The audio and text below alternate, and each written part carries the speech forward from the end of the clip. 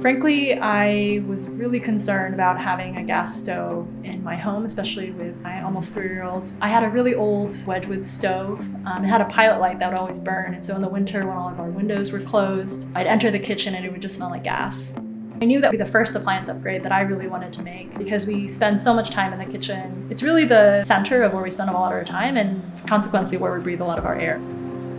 I wanted to basically have a plug-and-play stove. I didn't want to have to upgrade my panel, and I didn't want to have to hire someone to put in a new 240-volt outlet. I wanted something that I could just get delivered and I could plug in. I had heard of the Charlie, and I knew that was something that would really facilitate us being able to do it without paying a bunch for other upgrades. So for us, I knew that as soon as we could get our hands on it, we would. I would not have let her near our gas stove. We have this little tower that we put next to the induction stove, and she'll cook us oatmeal in the morning, or she'll stir things, and it's been a really joyful experience to be able to cook with her without having to worry about her getting hurt. She bakes with Justin, and she loves turning on the little light in the oven to see what's going on, and she feels that she's like, oh, it's warm, but again, I feel okay that she's by the stove because it's not emitting harmful chemicals as it heats up.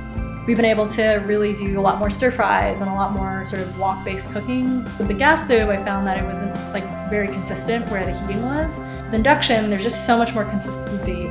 You know what you're getting, you're turning it to a certain number. I ended up becoming like a induction evangelist for a lot of my friends. First thing that anyone sees, they're like, oh, I have an induction stove, and then they look at the knobs and they're like, oh, wow, this is really nice. Being able to just turn a knob and have that tactile feedback is so much more satisfying, but also so much more convenient. Cleaning our Wedgwood stove I think we did it once in the 3 years that we owned it.